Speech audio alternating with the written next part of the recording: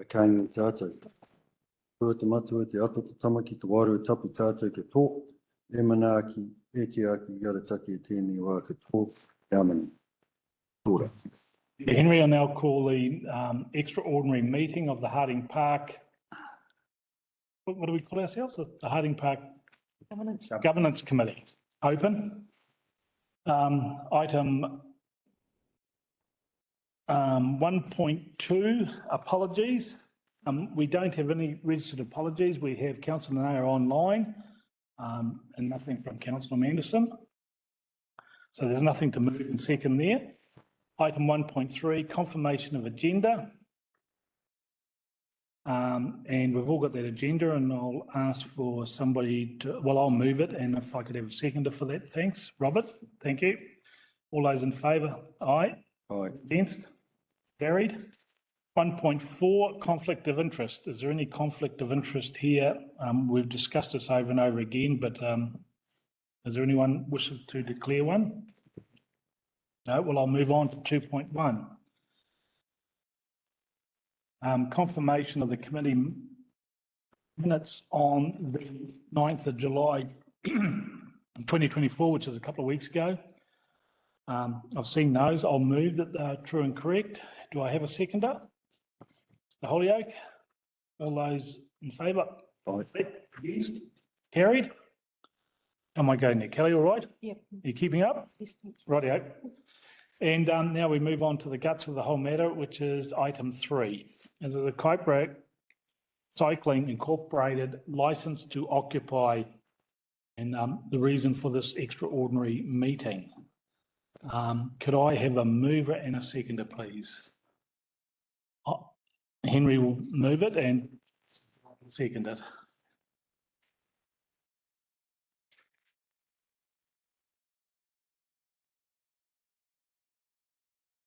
Right, do we have anybody present?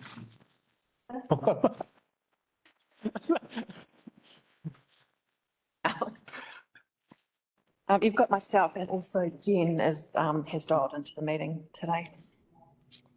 Kia ora, everybody. Tōra. So the report that we've provided is the same as last time. The report, the licence to occupy report, we have amended it slightly to reflect that the LTO is involved in is in this meeting as well. We've also still included the MOU with it as well, so you can reference that against the licence to occupy, and that draft is included in the pack as well. I guess take any questions from you guys on the LTO. Yes, I know that Robert will have a few, so yep. I'm just going to hand it straight over to you, Robert. Okay, thank you. Probably heard most of them a wee while ago, but this, I suppose we'll start from the beginning as far as the information you've given us, these advantages and disadvantages. Who formulated, who made that document? So you're talking about that, you're not talking about the licence doc, you're talking about the report. Jen and myself worked on that report. And then it goes through the chains at council for it to be approved before it comes through to yourselves. Does it look, because this is suggesting, or the options are, this committee agrees or recommends the licence to occupy, or it doesn't. The advantages of recommending provide, one of them is provides a mountain bike recreational facilities. Boy, that's already there. Provides a destination point for visitors to stop, that's already there. So it's neither an advantage or a disadvantage if we agree to the licence to occupy all those points because they're already there, they're already functioning. And the disadvantage, if we don't recommend, it's all disadvantages. And one of those disadvantages is no facilities for people to ride mountain bikes in the community. Well, there's already facilities for people to mountain bike that this committee has supported. So I don't understand where those advantages and disadvantages come from. Yeah, I think Sadie might have touched on it last time we were in this meeting about that extension of down there and what that would provide to the community, like we're just remembering the extra facilities they wanted to add as well. I know there's already the bike track, there's another set of bike tracks out here as well, they were referring to as well. I think it was just more about them expanding themselves out here for outside of Doug or attracting people outside of this district as well.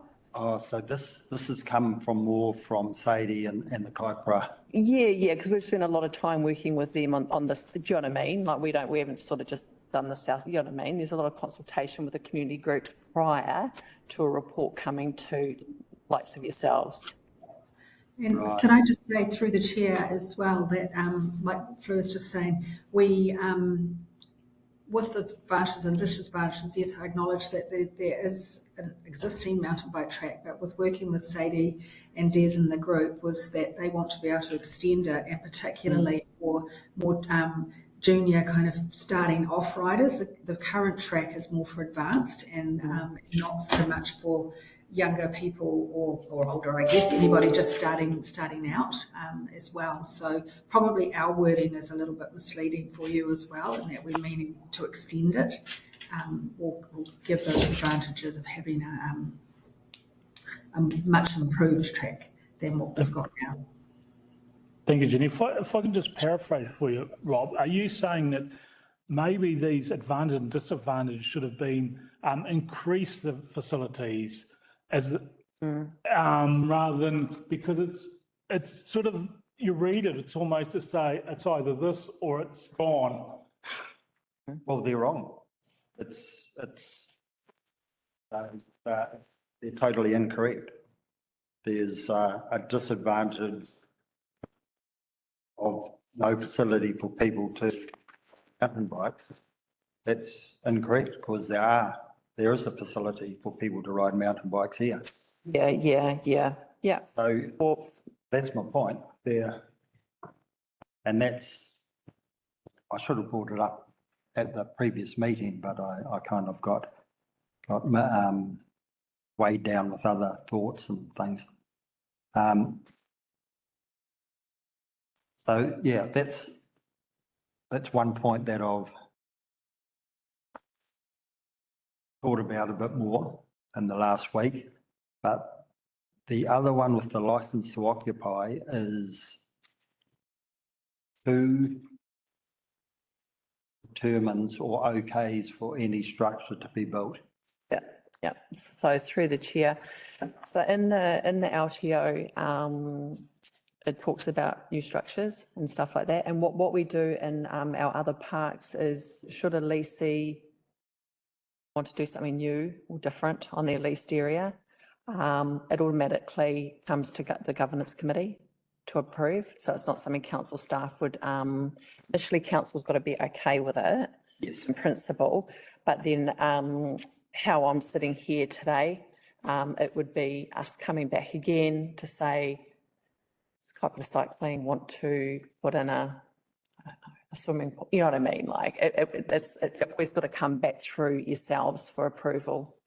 Because I think it read for council approval or something like that. So if it came through the governance committee, Yep. I'm very comfortable with that. So am I taking it that at this governance committee here, we could determine whether it was substantial or not, whether we forward it to the full council meeting or not, or we could deal with it here. That'd be, well, look, I mean, it could still go to a council meeting. It would be that you may not agree with it in principle. I mean, yeah, so. Yeah. Yeah. Councillor Naya, you've got your hand up. I hadn't missed you. I'd seen you. Okay, thank you, Chair. No, I just had a couple of questions or queries. I certainly agree with the fellow meeting member, Rob. It looks like more skewed towards our saying yes, not giving much of options. But I had questions on the very premise of this whole proposal. So the MOA, which is expired, or there was a tacit understanding between the two parties to progress it to a LO, the one we are doing now. That's one thing.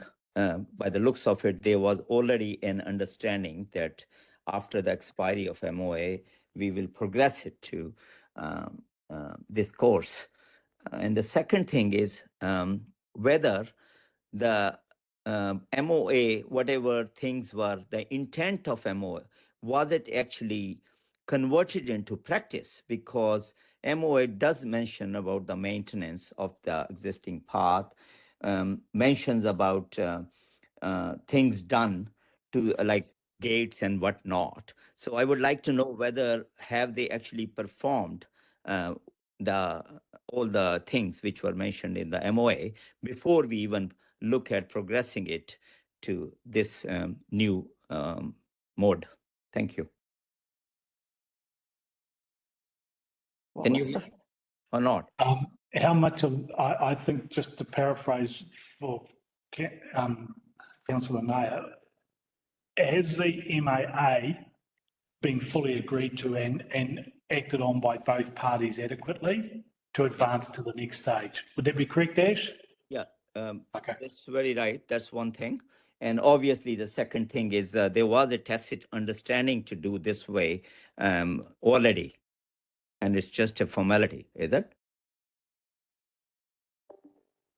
With the license to occupy document, that is what we use with community groups. We don't, so there's no advancement from an MOU or an MOA through to a license to occupy. It's a standard agreement that we use with all community groups.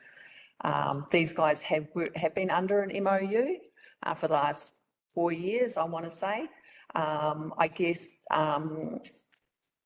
it's been the opportunity now that they're wanting to obviously take over some more of the park for bike tracks, and that it's given us the opportunity to say, like, we need to tidy this up with you now.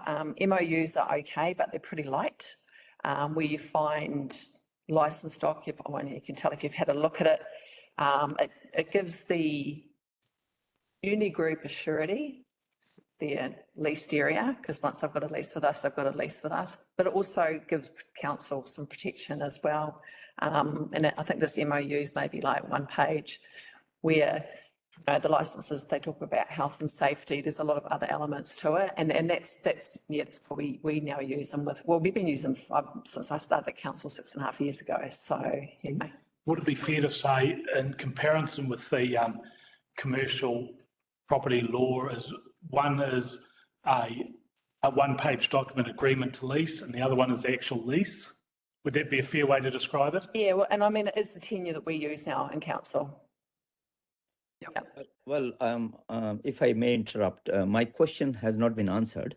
There were 2 parts to it. One obviously was that MOA, was it whatever was mentioned in 1 page, has it been adhered to by both the parties?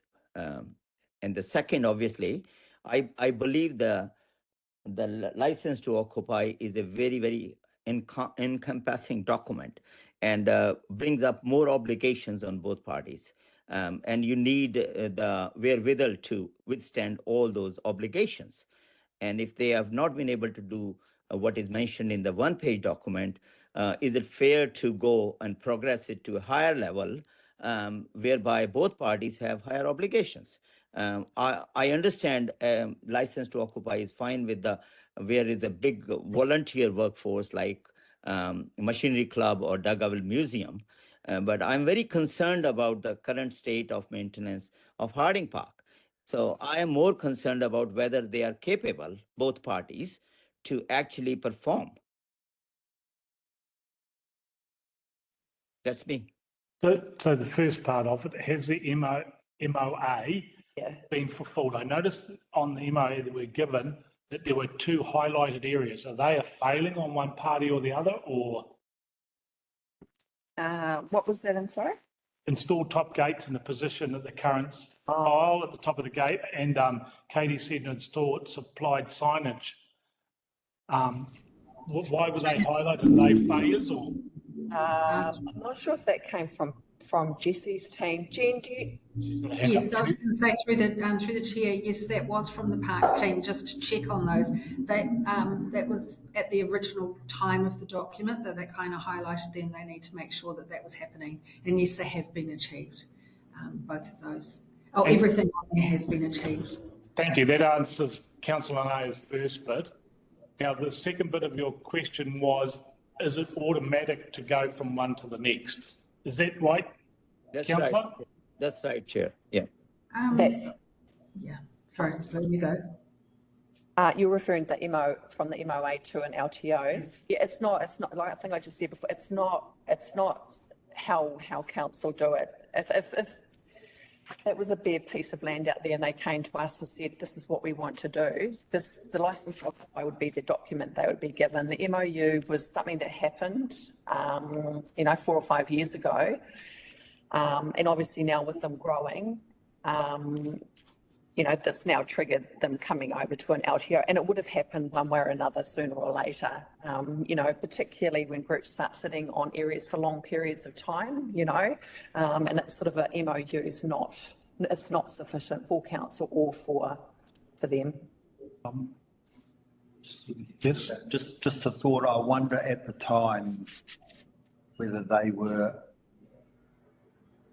registered non-for-profit organisation or something like that, and that might have had some Potentially, very early on in their yeah, starting as a group.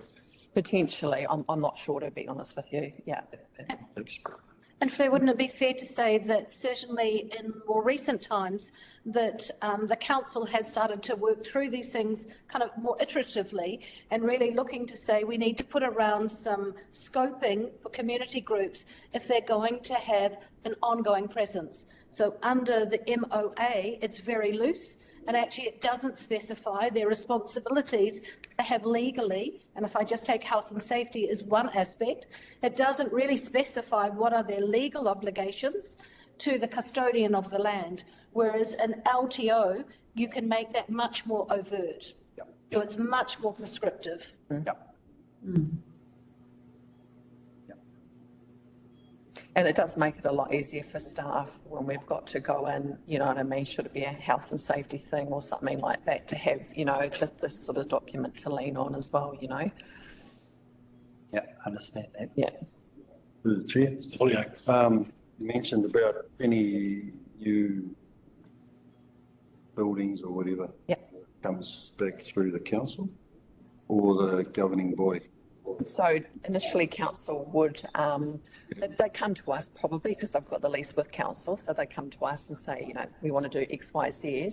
But then what we would do is do a report like we're doing today, but the report would be on this community group wants to do this. So you guys, always be the ones that would be that give the okay as the governance to the park. So I'll just read under 15.1, under the LTO is definitely a lease. It's more defining to have that in place than an MOU. Just want to say that we could have wasted, could have saved a lot of time having this extraordinary meeting if we had the guff and, the stuff in front of us. But now we've got to go through it. But, just for reassurance for Rob, because it's his family, that get this whenua, is what I want to make sure as well is that the if, say, the LTO fell over Yep, down the track, yep, through whatever clauses are in here, yep. is there a clause in there for, to put it back, reinstate it as it was? Sure, make good after the fact. Jen, can you, Anything in here, that's all. No, yeah, I think what happens oh gosh, you just caught me on that one. It'll revert back to council automatically. Yeah. Yes, you're right. It reverts back to us for ownership in terms of the owner. And We could make, like in the special conditions, we can, if that's something that you require us to put in, we can put in a special condition that. make good. It's only because of the way that you're setting it up for the use of the cycle track, going down the track with the new LTO in place. But if it fell over, it'll only be good for Bike tracks. Yeah, no, I understand. saying, well, that's not good for long term. That's the only thing I could see in there. Yeah,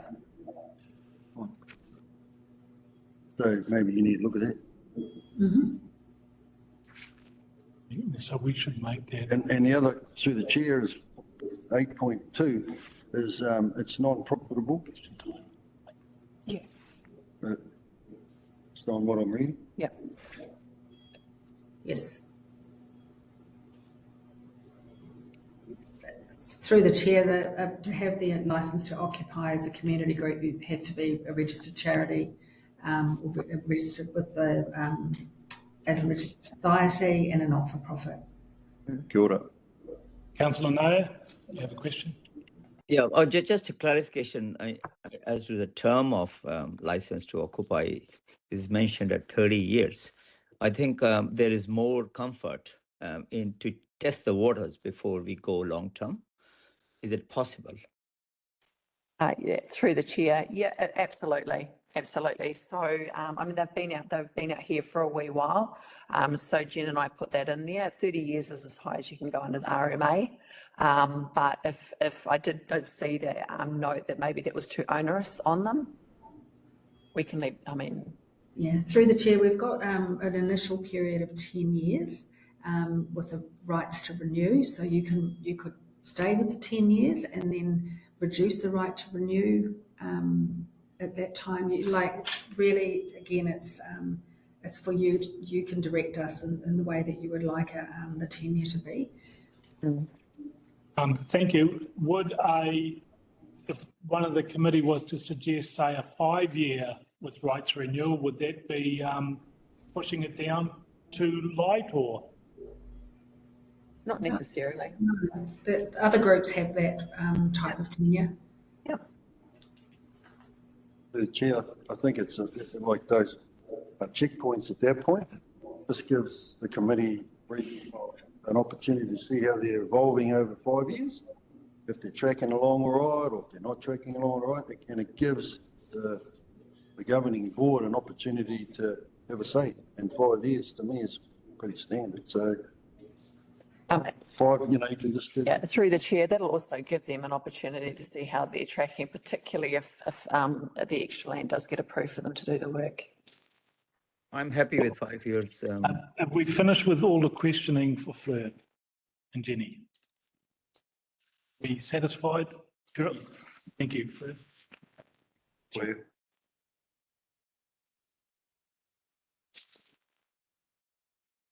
So, I'll just pause for a sec. I'm just going to ask for some advice here. We've possibly got 2 changes to that license to occupy. Do we need a partial motion highlighting those 2 or? No, well, what we can do is if the mover and the seconder agree, we can just make edits to the staff recommendation. Right, and so the mover is Mr. Holyoake. Do you have a statement to make in relation to? You can pass it on because you do get another right at the end. I've covered my concerns there as long as they're reflected. Mr. Harding, you're the seconder, do you? I agree with those changes. And they are, because we've got to say officially. Through the chair, we've got the current staff recommendation on the screen. So we can add in edits. Right. So if I might just, as a chair, I'll take the chair's role. There's two things we spoke about. One was the make good. How would I word that? I know what I'd do. A make good if the lease expires or the lease is terminated. If the licensed occupier is terminated, that they make good the land. Is that correct? You reinstate it the way it was. Mm-hmm. So how should we word that? Yeah, I think That's it. Yeah. Brenda, Shall I add a B? yes, please.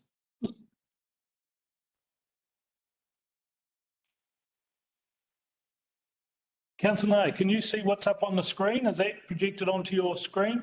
Yeah, I can see it. At B, someone is typing. Yes, thank I you. would really like to see that they should compensate KDC for anything which is, to be not exactly in the same state, but if there is any damage to anything.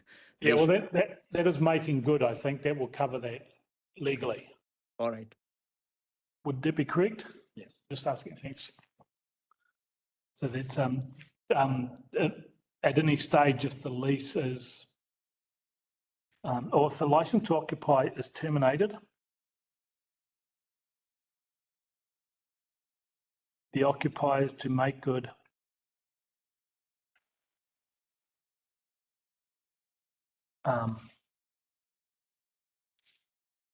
Any help me damages? help me out with wording here.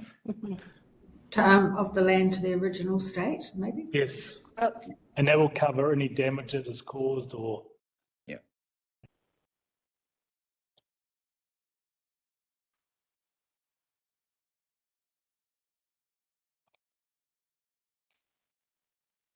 And C, tell me when you're ready, Kelly. Ready? And C is to have a term of 5 years plus 1, 5 plus 5. yeah, right of renewal. We could pop that in, if you like, at the end here. there's actually a Yes, error. yes, For a period of.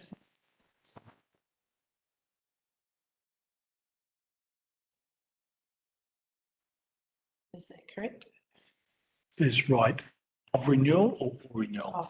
Of, renewal is yes, good. yes.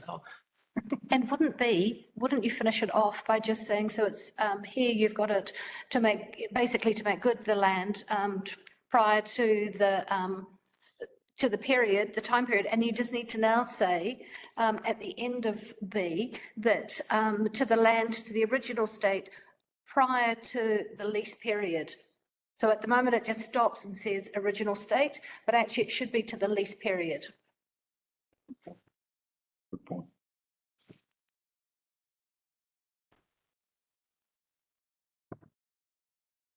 Yes, so there is an area there which has been altered under the memorandum of agreement or under, agreement. And there's going to be a further amendment under the LTO, which will be different for both, won't it? If they were going to vacate that block of land, we would expect them to do the whole lot. Is that correct?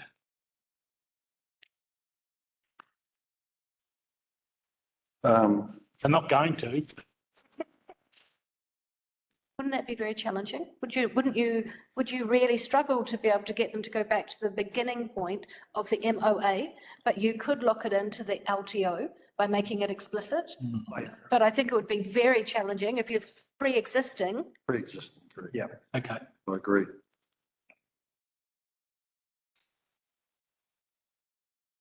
So it'd probably be a 50-50 cost for both parties in the end. In a way, because half would have to be done, looked after by the council, and the other half by them. Fair enough. The chair, does B read right to you?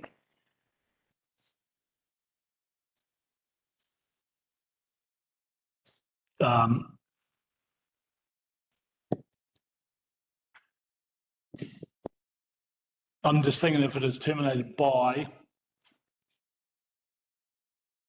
if we're going to kick them off, we would have to look after it, wouldn't we?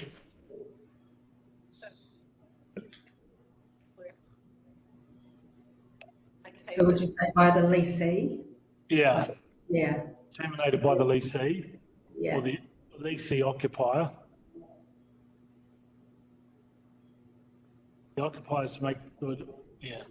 Does that read better or not? What was the concern you had? The occupier is to make good of the land to the original state. Yeah. Does that read well? It's true, this, do you take original out?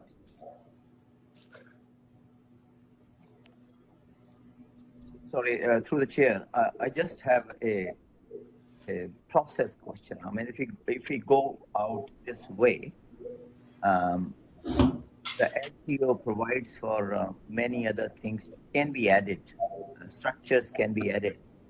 Would you mean that you have to demolish all those structures?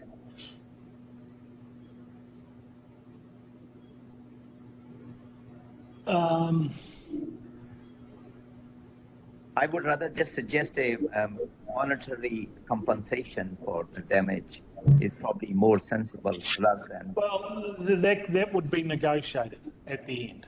Okay, all right. Yes. Thank you. But I would expect if they were going to put a club rooms up there, then they'd do it on piles so something could be removed away rather than boarding it out of concrete blocks and burying it halfway into the ground. Yeah, they were in, yeah, so just to say no, that it's not 100% ownership forever, that it is a term of lease. And, Okay. yeah. And I think that is portrayed there.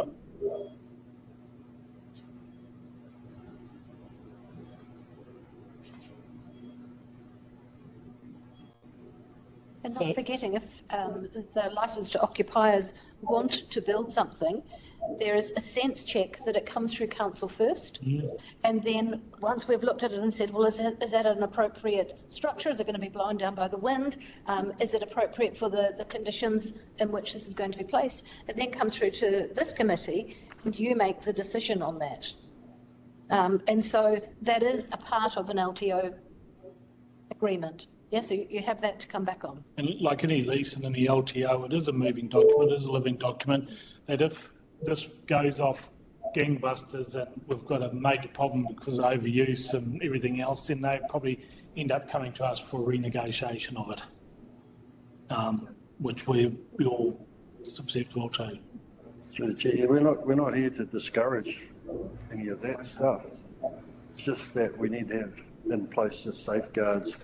Say there was as we know, the government is allowing 60 square metre buildings to be non-consented. But, you know, like exactly what Gordon said is that you don't want it to be, I know it's for cycling track, but then one thing leads to another. Once you get a building there, whether it's good or bad, we just need to make sure that what we're approving is, one, council approved, supported by the governing body, moving forward, that it's not going to be a drinking hole for whatever. I always have a look at the defunct sports complex on Memorial Park, which the foundation sat there for decades and decades and should have been fenced off because it was a hazard for everyone. We don't want that sort of thing carrying on. So that's our protection. The occupiers' protection is that they can expand on this if there is success and they can bring it back to us. That's perfect. Yeah. Yeah. Yep. So that's basically my statement, and we just need the mover if he has any other final statement. Through the chair, no, I think that's perfect. Covers everything that I was satisfied and as long as my fellow colleagues are all agreeable to. Sorry, I'll interrupt you there because I haven't forgotten about him, but you've been minimising your hand up is very, very small there, Councillor Nair. All right. Do you have any statement to say before we go on to the mover's final statement? Thanks. Thank you, Chair. My hand is small, but my heart is very big. So, no, I'm in line with any improvements in Harding Park because that is basically the purpose of our committee, the goal of our committee. And I think this new agreement brings in new responsibilities for both parties, including KDC. And I hope it will bring better maintenance of the park and more tourism opportunities as claimed in there. So I'm quite happy about it with the amendments to go for it. Thank you. Thank you, councillor. Mr Holyoake, anything further to add? Through the chair, no. No. Okay, so we've got a what we call that, a resolution or Recommendation. yep, recommendation up on the board. We've all seen it. I suggest you take 1 minute to have a good read of it and check this, all the wording has been done correctly. Because I know Kelly's been madly fixing up things here as we've been going, so just have a quick read of it.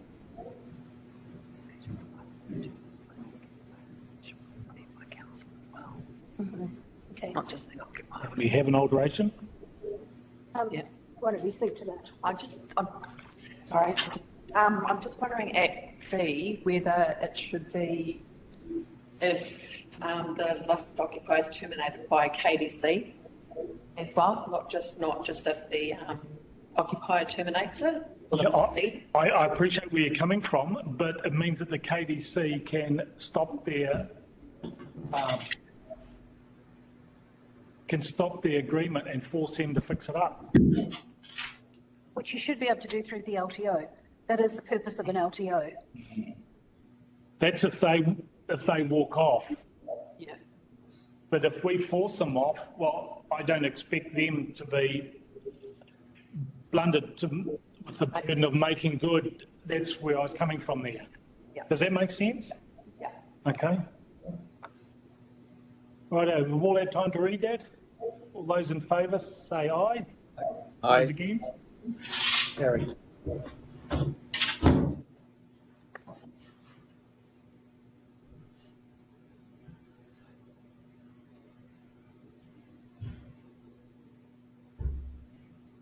I think that's us just about done. So Henry, I'll get you to close the meeting and I'll get you to say something for us. Ka ngoi tātou, kia tau pia tātou ka tō ata whai tō tātou riki i karaiti hoki. Ki aroha tātou me te whitahitanga ki tō waru tapu e ake amani. How many? Thank you, everybody. That was somewhat informal in a way, but